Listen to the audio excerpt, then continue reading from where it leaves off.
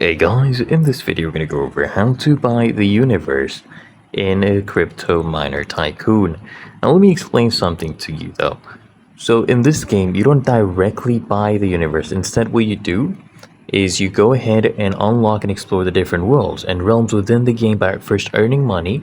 As you can see I have about 114 trillion right now. And you just upgrade your operations. And the ultimate goal of course is to become a crypto tycoon by mining and trading these various cryptocurrencies. Ultimately what you'll do, you'll reach the NFT world. Okay, so let me show you some of these worlds we have. Just come here and click on this plus icon.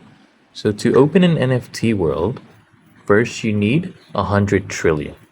Okay, so once we get into this, we'll earn enough to unlock the Akatsuki.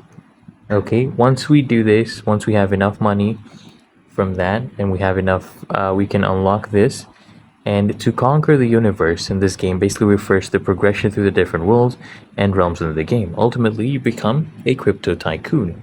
It's really that easy and simple. So if you found this helpful, make sure you smash that like button and subscribe to frequently asked questions. As you can see, I've just unlocked the NFT world.